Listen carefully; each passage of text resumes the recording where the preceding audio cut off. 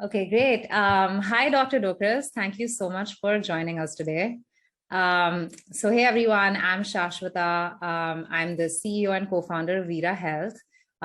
We are treating polycystic ovary syndrome here in India. It's a very, very common disorder that affects almost 1 in 5 women purportedly in India.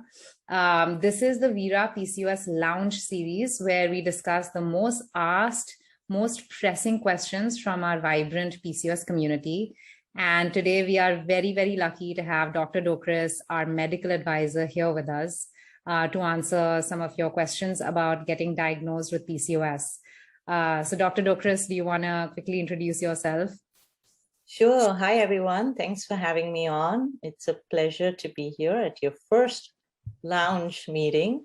So I am a PCOS expert living in Philadelphia. I'm at the University of Pennsylvania, and I dedicate a large part of my clinical practice seeing women, adolescents, women of all age with PCOS, helping them with their journeys, not necessarily just fertility, but also non-fertility related journeys.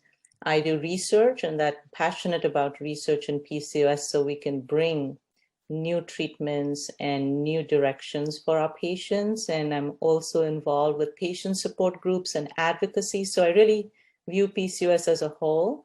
And the reason being, as you just heard, it's very common and we need a lot of answers. So I'm excited to be here. Yeah. Guys, Dr. Dokras is a low-key PCOS celebrity, so you're really lucky to be seeing her here today. So guys, today we're going to be talking about PCOS and its diagnosis. Dr. Dokras, getting right into it, how does somebody get diagnosed for PCOS?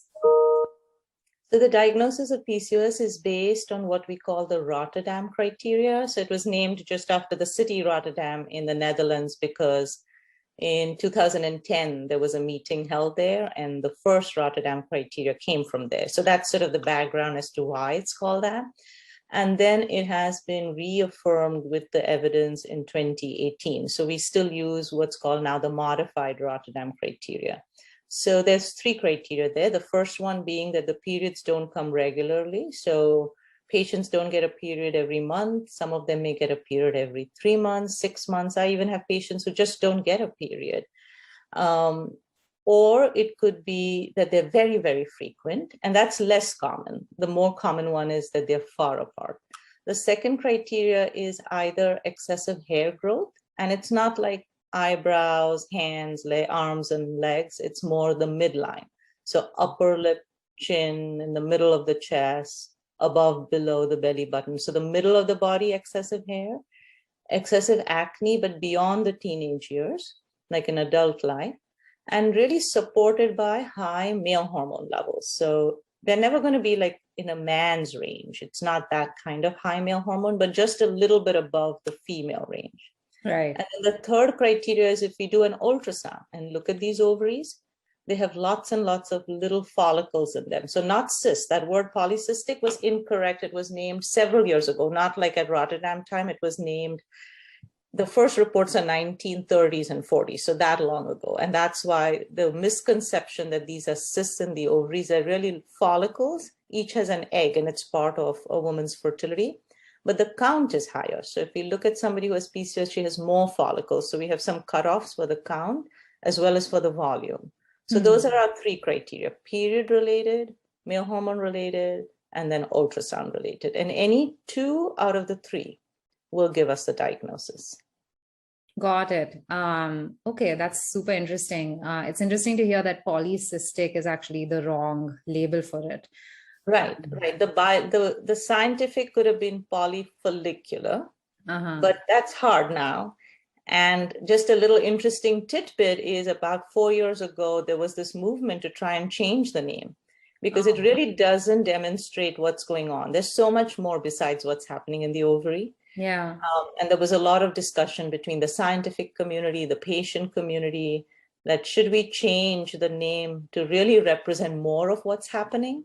Right. And then it sort of got stalled. So to be continued. But right now we are stuck with PCOS. And I know in India, they also call it PCOD because like disease, but it's really a syndrome because there's more than one diagnostic like criteria. So PCOS is the correct terminology. Perfect. And Dr. Dokras, what do you think makes PCOS such a complex condition to identify? Why is it so difficult to get diagnosed? Because a lot of patients who even come to Veera Health say that it takes them years and years to actually know they have PCOS. Yeah, and the reason for it is because it doesn't look the same in everybody, and it doesn't look the same in the same person over time as they get older. So that's what makes it complex. So it's a little different in the younger girls when they first start getting their periods. Periods can be irregular. There can be acne when you're 14 or 16. So it's a little confusing as to, does this person have PCOS or is it just changes in puberty? And the same way, in the late 30s and 40s, PCOS looks a little different. So if you're trying to make a diagnosis for the first time a little later in age, it's going to be harder. And then it looks different in India. Again, I don't know, but a little bit between the North and the South and people having different hair distribution. It may just be familial and it may be what you see within communities. Across the world, for sure, we see, some populations have less hair growth and their numbers for the scoring will be different than others. So they don't necessarily look the same and we need specific criteria for different populations. So that's what's made it confusing. But I do think the international scientific community has been trying very hard to modify these guidelines, keeping all of this in mind and try to make it as uniform as possible. So I'm optimistic that as we learn more, it's going to be easier and much more uniform to make the diagnosis. Yeah, 100%. No, I can see why the differences in what is, how hirsutism looks or how hair loss looks, all of that can be so different across communities. Yeah.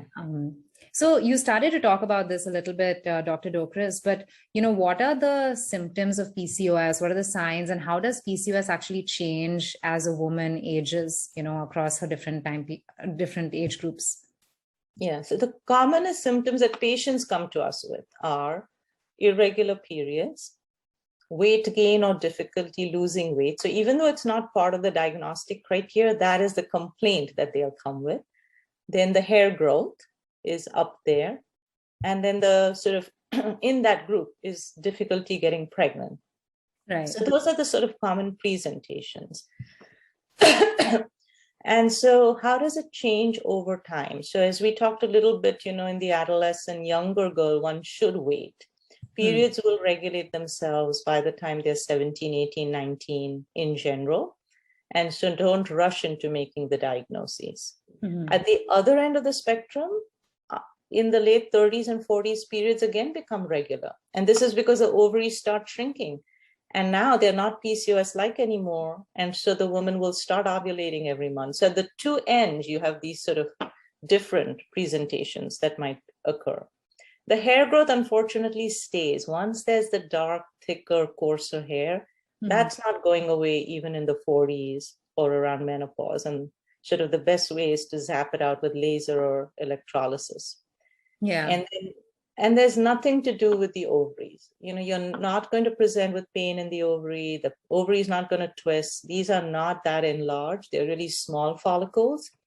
And so don't let anybody ever operate on them. That's one of the symptoms that you just say, oh, good news, I have a lot of eggs, and that's it. Nothing more to do about that.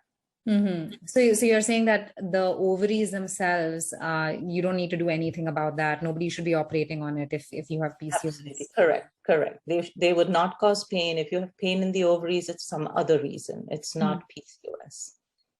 Got it. That's interesting. And, we've heard from patients sometimes, that PCOS might go away after menopause because, periods stop, etc. So, have you seen that present and what are the signs of PCOS later in life? Right. So, PCOS is a genetic condition. So if one has the predisposition, the genes are not changing. What changes is the environmental influence. So for example, even as a younger adult, if you gain weight, the periods can become more irregular, the male hormones can go up. So weight is a big modifier.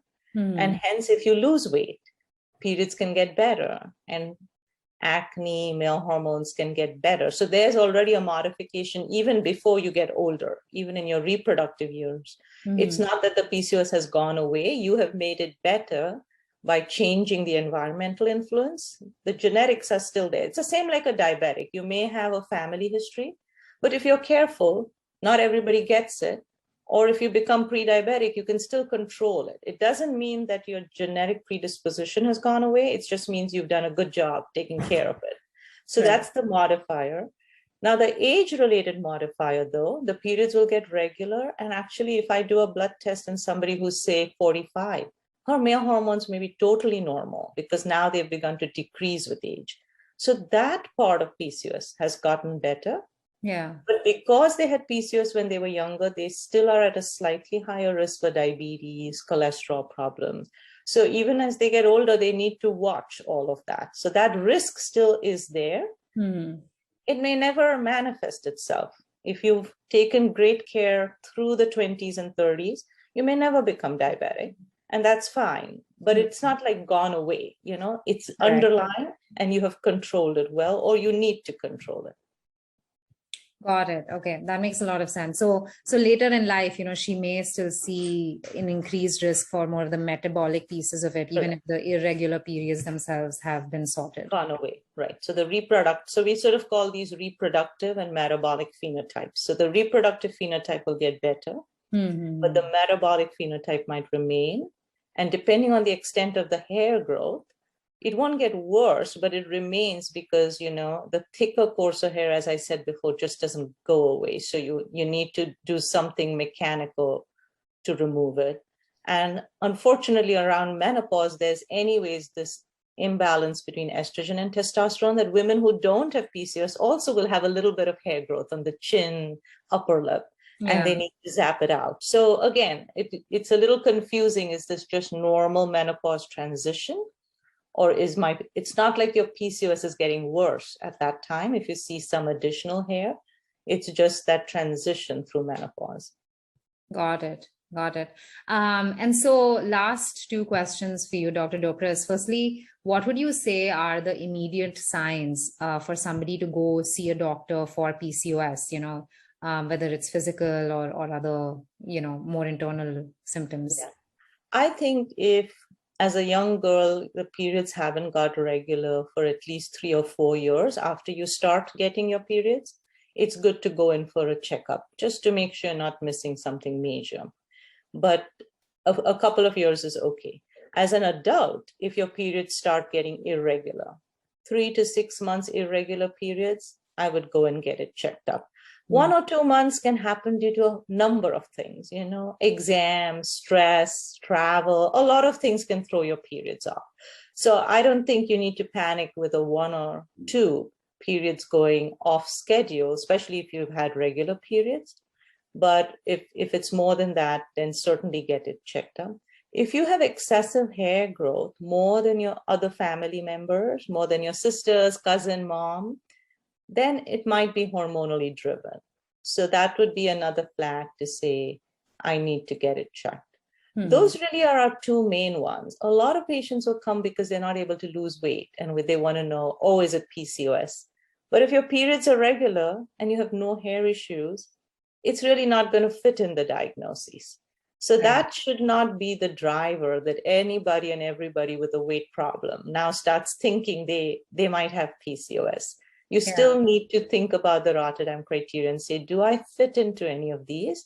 And then go to your doctor. Yeah, that makes a lot of sense. And finally, what is the most ridiculous myth that you have heard about PCOS? I wouldn't call anything ridiculous. Every patient is allowed to ask us any questions because they just don't know. I think it's totally fine. But some of these sort of popular myths that are out there are, you know, we help them get pregnant the first time, and then the second time they get pregnant on their own, and they say, oh, my PCOS got better, or having got pregnant regulated all my hormones. So again, if you think about it, it's really that the biology of PCOS, as you get older, the ovaries will shrink, testosterone will drop, the periods will get more regular, and hence you might be ovulating more regularly and hence did not need further help. Or, you might have been in a milder spectrum, that it really wasn't that severe. And so it got better a little sooner in terms of getting you to ovulate, or you may have lost weight. There might be other things, but there's nothing about being pregnant that resets the PCOS profile. So that's not what it is. I think you should give yourselves more credit that you did something else to make it better.